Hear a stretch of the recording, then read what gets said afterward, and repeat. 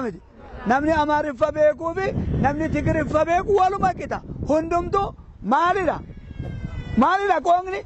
Walii galtee meeshaati. Anitti walii gallee hojii hojjennu jechuudha. Hunduu iddoo isaatti dhiba. Hunduma isaayyuu osoo beeknees cubbuu hin qabu. Hunduma qooqa muraasa yoo wallaalles rakkoo hin qabu. Qooqa muraasaan yoo dubbannes cubbuu hin qabu, rakkoo hin qabu. Kanaaf egaa obboloonni jechuun egaa hunduma keenyaanidha. Obboloonni bakka tokko yoo ta'ani gaariidha. Baay'isees mijataadha. Bakka sanatti akka tulluu armooniyeem irratti bokkaa roobuuti. Akka gaabii gaarii irratti urgooftuu dhangala'etti lakkaa'ama. Bakka sana sugnii fi eebbi Waaqayyoo baay'ateera nuun jedha. Sugnii fi eebbi Waaqayyoo maal ta'eera jedha? Baay'ateera jedha. Kanaaf egaa yaa saba Waaqayyoo, yaa saba kiristaanaa, egaa bakka kana eebbii fi sugni Waaqayyoo baay'ateera.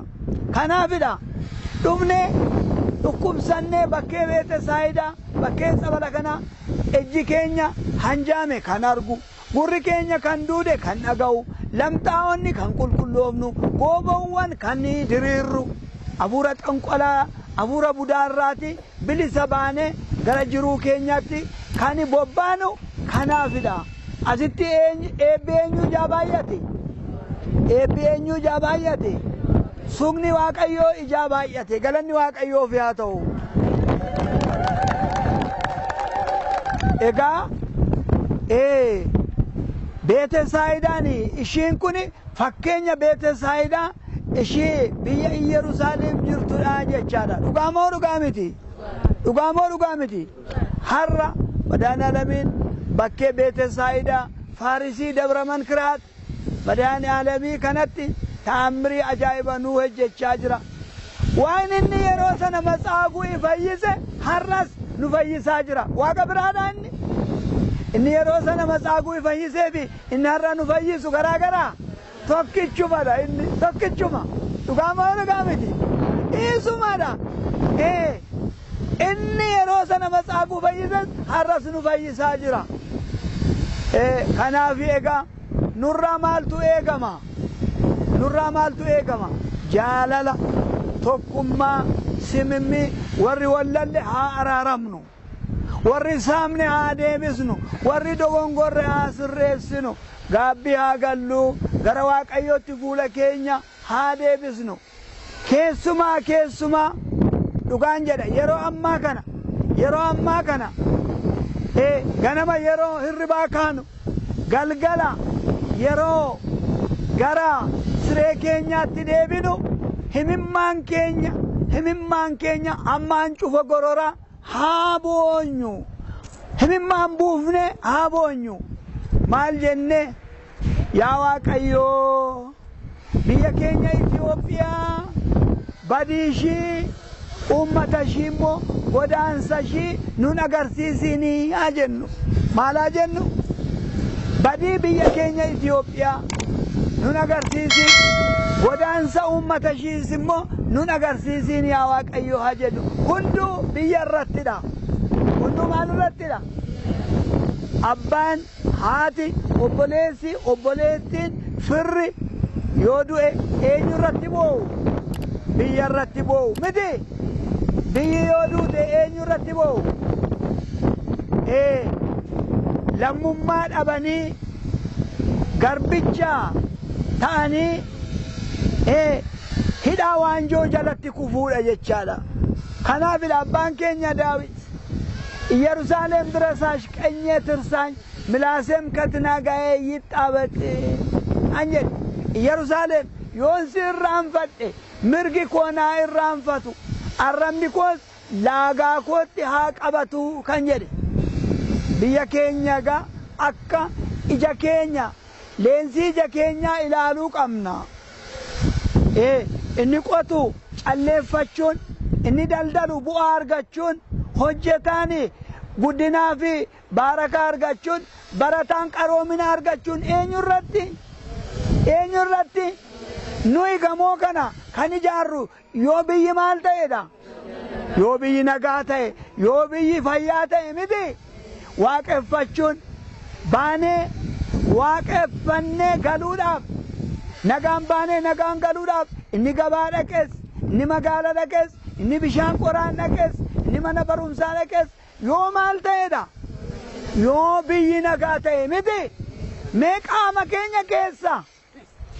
keenya keessa qeensa miillaa qabee hanga rifeensa mataa keenyaatti qaamni keenya tokkittiin osoo dhibamaa taate yookiin qoreen osoo nu waraane yookiin milaaciin osoo nu kute eessaa nutti dhaga'ama? Eessa? Qaamni keenya hundinuu dhukkubsataadha moo dhukkubsataa miti? Qaamni keenya hundummoo fayyaa taanaan qaamni keenya hundumtummoo fayyaa isaati. Dhugaa moo dhugaa miti? Funyaanii yoo rukutani maal ta'a? Ejji maal ta'a? Maaliif haa rukutamee yoo funyaani? Haa rukutamee yoo funyaani maaliif bo'aa ejji? Ijaa walitti jiru mitire? Biyya keenya jechuun qaama keenya jechuudha. Dhugaa moo dhugaa miti? Amma biyya Goojam keessaa naannoo Sidaamaa keessaa yoo nageenyi hin jirre nutti dhaga'ama moo dhaga'amu? Yoo magaala Finfinnee keessa nageenyi hin jirre nutti dhaga'ama moo nutti dhaga'amu? Maaliif? Biyya keenya waan ta'eefi, qaama keenya waan ta'eefi hunduu biyya irrattidha. Dhugaa moo dhugaa miti?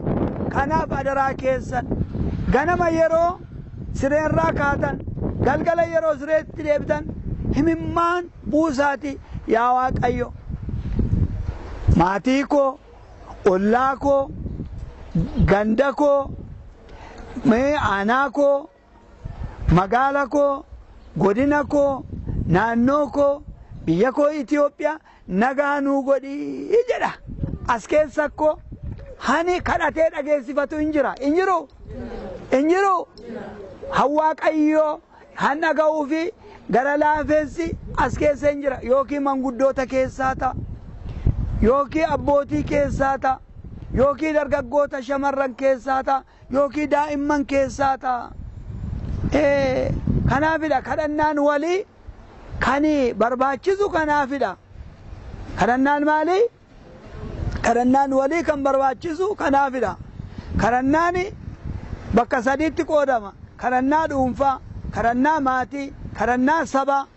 Kadhannaa dhuunfaarra kadhannaa maatii caala, kadhannaa maatiirra moo kadhannaa sabaatu caala? As keessa nam lama nam sadii jiraachuu waan danda'uufi yeroo kadhannu teessoo Waaqayyoo fuulduratti kan dhiyaatu waan jiruufidha. Kanaaf waa'ee biyya keenyaa haa kadhannu.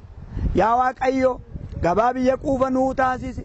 Beela badadoo gadadoo jeequmsa addaan baatee nurraa fageessi. Ooshii nu bushi, walitti nu jaaladhu. Yaa Waaqayyo, hamaa nurraa qabi, tolaan nutti qabi. Mee dhibee baraaf jiru kana ati gurraan dhageettii nuu godhi. Warra dhukkubsatee nuu maari, warra hidhame nuu hiiksisi jedhaati mataa keessan bichaan miti. Biyya keessaniifis, warra dhukkubsateefis, warra godaaneefis, warra beeleefis kiristinnaan kanadha. Kiristinnaan kanadha. Waaqayyoos kan jaalatu kanadha. Tuguu wasalliu wa itba'u ustamansuut. Gara qormaataatti akka hin galle jabaadhaatii kadhadhaa duun jedha. Kanaaf egaa Waaqayyo biyya keenya nuuf haa eegu. Waaqayyo hamaarraa nu haa baraaru. Waan gaarii hejjenne gaabbii gallee warri wallolle araaramne warri saamne deebisne warri dongorre sirreessine foonsaa nyaanne dhiigasaa dhugne barakata lafaa barakata samii arganne dhaaltuu mootummaa isaa hirmaattuu sugasaa akka taanu Waaqayyo nu haa gargaaru. Waaqayyo dhuma keenya xumura keenya nuuf haa bareechu. Argatanii dhabuu, guddatanii xiqqaachuu, ka'anii kufuu, qulqullaa'anii xuraa'uu Waaqayyo nu haa baraaru. Waaqayyo gooftaan keenya akka dogongora keenya, akka balleessaa keenya osoo hin taane, akka gara laafina isaa, akka dhiifama isaa dhiifama nuuf haa godhu. Waaqayyo gooftaan akka cubbuu keenyaa nutti hin ilaaliin, badiirraan nu haa eegu. Isa obboleessaaf obboleessi wal lolu walitti nuuf haa araarsu. Mee jaatamii jaa afuura jaatamii jaa kana nurraa haa balleessu. Amma hannu walloshiisaa jiru hangaraa walitti nu jabeessaa jiru dhiigni namaa akka dhangala'u kan gochaa jiru jaatamii jaadha afuura jaatamii jaa 666 irkus manfas ነው isadha haa kadhannu yoo kadhanne kadhannaadhaan ufirraa hin fageessina seexana mormaa innis isinirraa fagaataa jedhe madaaniyaadami diiyaabiloosin taqaawwamuut እሱም ከእናንተ ይርቃል ይላል ከናፊ har'a faashiniin gabaadhaa binnu kun jaatamii jaa hanirra hin jiru kopheerra jira hoccuurra jira homarra jira yeroo hoccuu bittanillee yeroo meeshaa gabaatii bittanillee midhaanillee haa ta'u adaraa keessan yoo luba argitan eebbisiisa yoo kanaachi harka keessaniin akkas godhaati bishaanillee yoo dhugde mallatteeffadhuuti maqaa abbaa kan ilmaa kan hafuura qulqulluu waaqa tokkoon ameen jedhaati isa nyaattanis isa dhugdanis isa uffattanis isa gabaatii bittanis mallatteeffadha callistanii wayyaa hizaabotaas bittanii uffatiina waan irra jiru hin beektani amma as keessa wanti kiristiyaanni koo gosa tokko uffata malee buraa burreen uffatu amma itilbasuu libsa haaraa ilaal wayyaa hizaabotaa hin uffatiinaa amma inni buraa burree mee olgaymeeti olgayati isheen kun ishee qaran kay olma kayel olma era laala qamisiishi era kuni taaglallan duratti koofaa era inni kunillee inni buraa burree kun akkatti nama jibbisiisu anata yoo diimaa ta'e diimaa yoo gurraacha ta'e gurraacha yoo adii ta'e adii uffadhaa malee buraa burree kana hin uffatiidha bakka hin bareedettaniitudha miti ayzaabonni kan jaatamii jaa irratti maxxansanii caammaa irratti fannoo kiristoos irratti maxxansanii akka fannoon kiristoos fannoon koo humna keenya fannoon abdii keenya fannoon fayyisaa lubbuu keenya kan ittiin diinni kufe kan ittiin diinni barbadaa'e kan ittiin diina injifanne lakko komeellee yeroo bittan ilaalaa fattashaa hani fannoon kiristoos irra jiru irran ejjatiinaa bittanii dhugaan siniin jedha seexana gammachiifna malee waaqayyoon hin gammachiifnu kanaaf wanta bittanii ilaala kanadha kan garaa walitti nu jabeessu hanyaannurras hanuugnurras hanuuffannurras jaatamii jaa hanirratti hin maxxanneen jiru keessumaa